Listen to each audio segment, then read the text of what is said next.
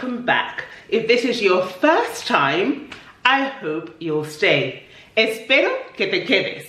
So today I would like to have a little look with you at the imperfect. El pretérito imperfecto. I just want to teach this to you just because it's good to have another tense to be able to talk about the past. So this video comes in two sections. This section that I'm going to do with you on the board, followed by a listening exercise, which will then just solidify everything that we've done on the board. Okay? Right. So before I start any sort of tense, I'd like to go over this first part with you, especially for those who are in lower school who struggle a little bit with the conjugation of the verbs. So this is for you. It's not that difficult. You just have to try and remember this and apply it to every tense that you learn. Okay? Right. So you might hear your teachers talking about subjects. What is it that they're talking about? Subjects. Can you conjugate this in the first person or the second person? These are subjects. I'm a person, I'm a subject. You're a person, you're a subject. He or she over there is a person, that's a subject. That's what they're referring to. So let's go over the order first of all. The order never changes, okay? When we're learning those tables with the subjects and the persons, it never changes. The order is always the same. So what I try to remind my students to do is to remember that I am first. I am always first, okay? You were second, okay? You were second. So first person, I, yo. Yo soy la primera. I'm the first person. You, if I'm talking to you, you are the second person. If I'm talking to he or she or it, well, that's the third person. So I'm first, you're second, he or she is third. And since I'm one, it's singular. You are one person, that's also singular. He is one person, she is one person, so Chloe is one person, Sarah is one person, so I, you, he or she, these are singular. Singular meaning one person. Now, when we talk about plural of these, we talk about, hey, yo, I, singular. Now, if I put myself in a group, it becomes we because I am a part of the group. So I become nosotros because I'm part of that group. It becomes nosotros. I become plural. So these are singular. Okay, singular. Yo. In plural, it becomes nosotros. Nosotros. Okay? Because if I'm a part of the group, it's me and you. Nosotros. Us. Nosotros is us. Me and you. Well, me and whoever is that's in the group. Nosotros. So that's the second person in plural. So the second person plural becomes nosotros. Yeah? Yo, nosotros. Two, if it's one of you, and then you go with somebody else, it becomes vosotros. Because now it's you guys. It's you guys, okay? Don't know what's happening with this Zoom, okay? It becomes you guys, vosotros, okay? Vosotros. Can you see? Right. And now, he or she, if I'm talking about he or she, imagine Chloe, Jason, Annie. It's a group of them now. It's not just one of them. It becomes ellos, they, okay? Ellos. So I always like to think of this as a heart, a broken heart. And why? Because this is such a heartache. This is such a heartache. Like grammar, for me, when I started learning Spanish, it was such a headache, such a heartache. So I like to think of it as two parts of a heart, two sides of a heart. Okay, so the first side, we have The first person, which is I, in Spanish, yo. The second person is you, tú, you. The third person, which is él, accent on the E, or ella, her, or usted. Do you remember usted is the polite way of expressing or approaching someone with respect? For example, a teacher, a doctor, in the old days, people used to even say usted to their mothers and their fathers. Not nowadays. Nowadays, it's just mama, tú, which I find really strange. I can't imagine saying usted to my mother, but it depends on the relationship. Okay, so the first part of the broken heart, okay, first, second, and third person, singular. Say now I decide to get married, okay, I decide to get with somebody else. I, in plural form, becomes nosotros, as I said. So nosotros, tú, in plural, vosotros, él y ella, usted, becomes ellos, right? So that's the first part that we have to remember, and I've just taken way too long explaining that. So let us begin with the second part. Okay, as we know, all the verbs in Spanish end in either AR or ER or IR. What I love about this tense is that the ER and the IR, the ending is exactly the same, okay? So what we do, we get the verb, we clip off or we cut off the AR or the IR or the ER, and then we add these endings, okay? So for the AR verbs, after you take off the AR off the verb, what you have to do is add these things. So you remember these three structures. Yo, aba. Tú, abas. Él o ella, aba. So, aba, aba, saba. Aba, aba, saba. Aba, aba, saba. Aba, aba, saba. Remember the order. Aba, aba, saba. Okay? Three. You just remember the three singular. Aba, aba, saba. Aba, aba, saba. Singular. Now, we're going to be joined by somebody else. You're going to make it plural. So, aba, aba, saba in plural becomes yo, which is nosotros in plural, we, habamos. Okay? Habamos. Vosotros, habáis. Ellos y usted, haban. Okay? There's only an accent on the habamos. Habamos. Habamos. Okay? You hear the accent? So, haba, habáis, haban. Okay? These are the endings you would add on the verb. No hagas ruido, por favor. Okay? So these are the endings you would add to make complete harmony. Okay? So let's go over it. First person, aba. Second person, abas. Third person, aba. Now plural. Habamos, habáis, haban, haban. You're going to practice this. Practice this, practice this, practice this until it goes in. Right?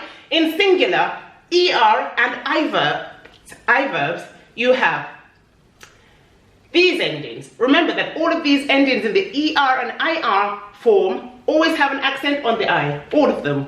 Okay?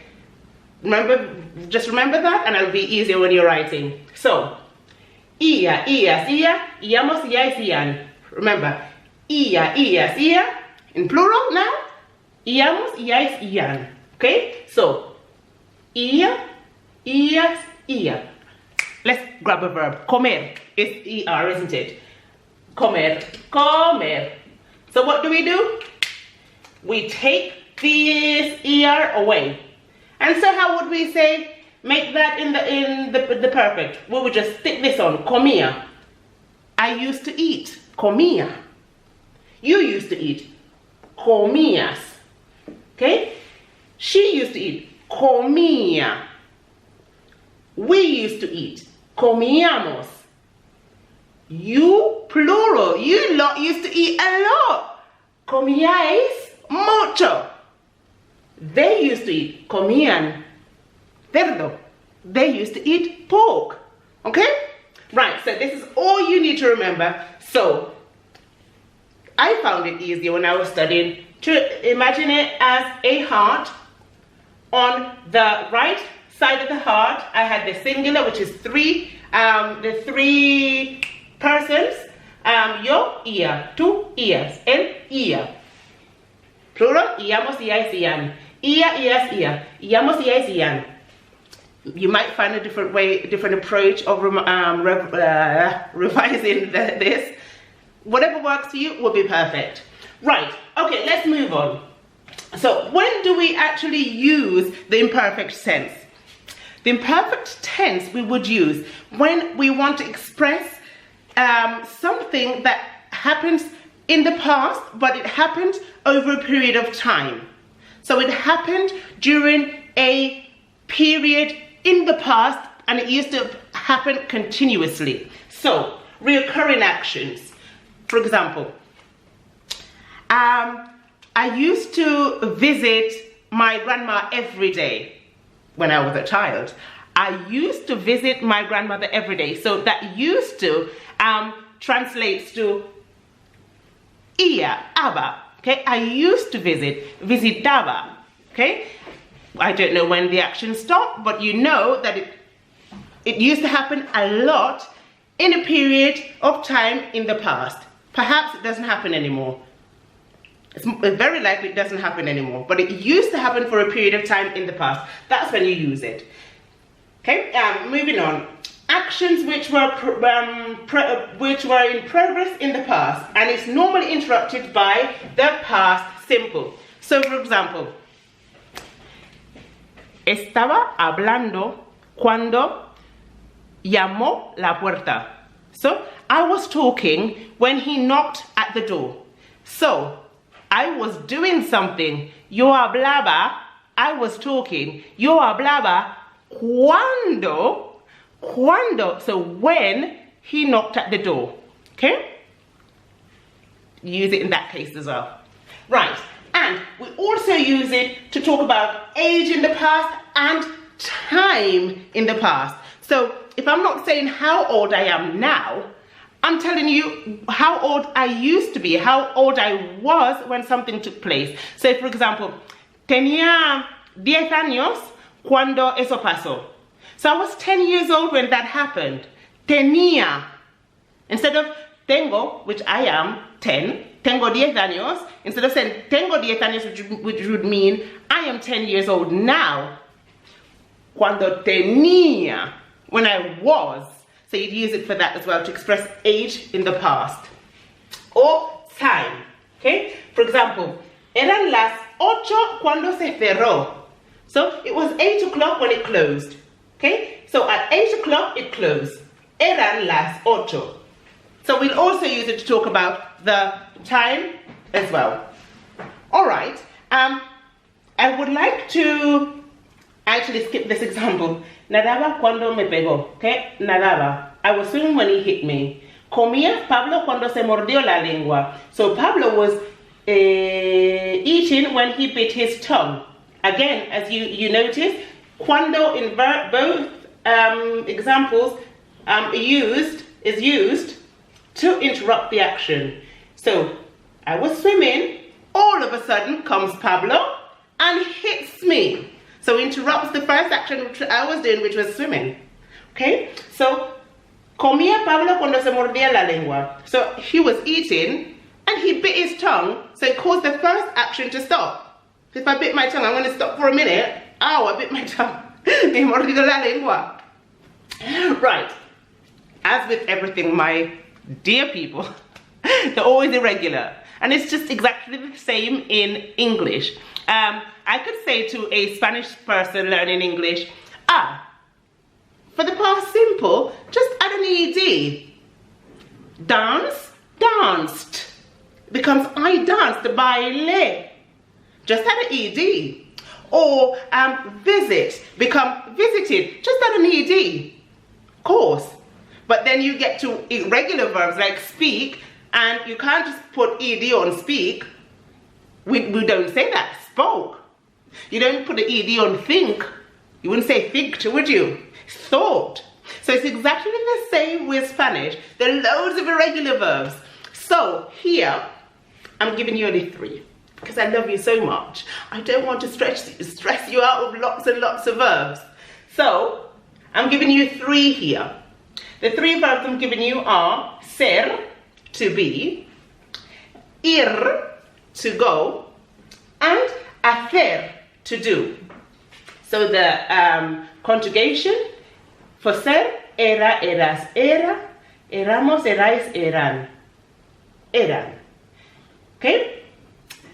Ir, to go, iba, ibas, iba, íbamos, ibais, iban.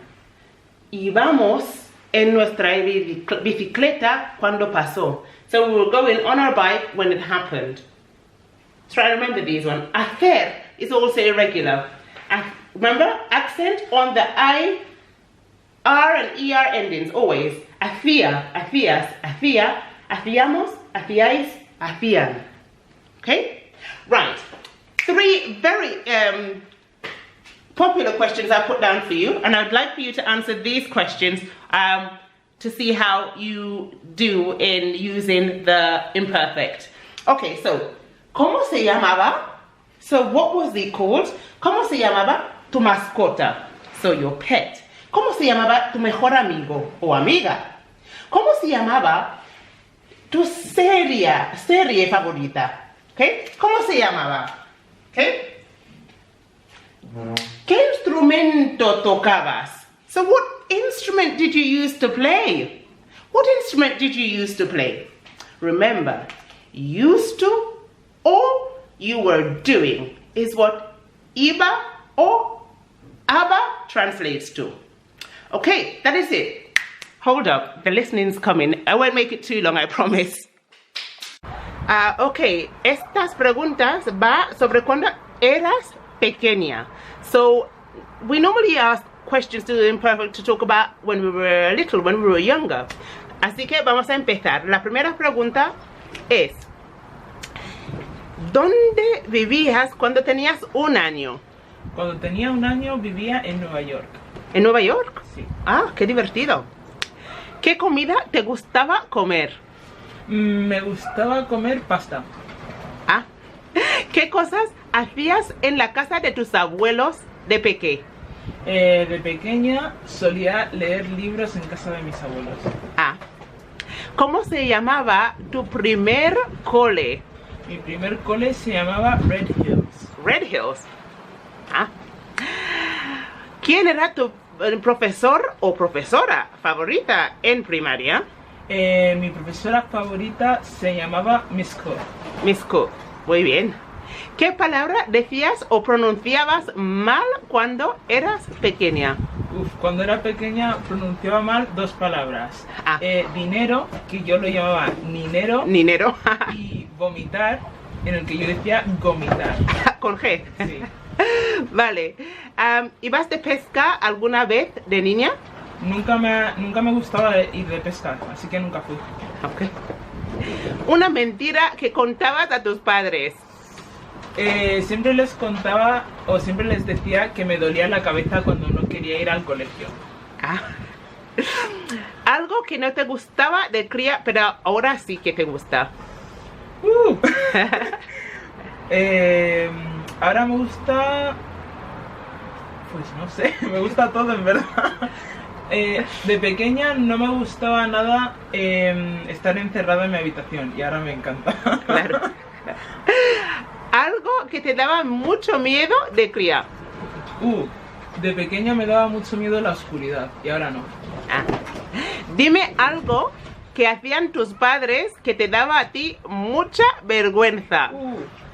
Pues mi madre solía bailar cuando estábamos dando una vuelta por la calle y cantar y la gente nos miraba de una manera un poco extraña. Ok, muchas gracias por tu tiempo. Guys, I hope that you were able to keep up with that conversation and with the questions. Answer if you can as well. And until next time, cuidaros mucho.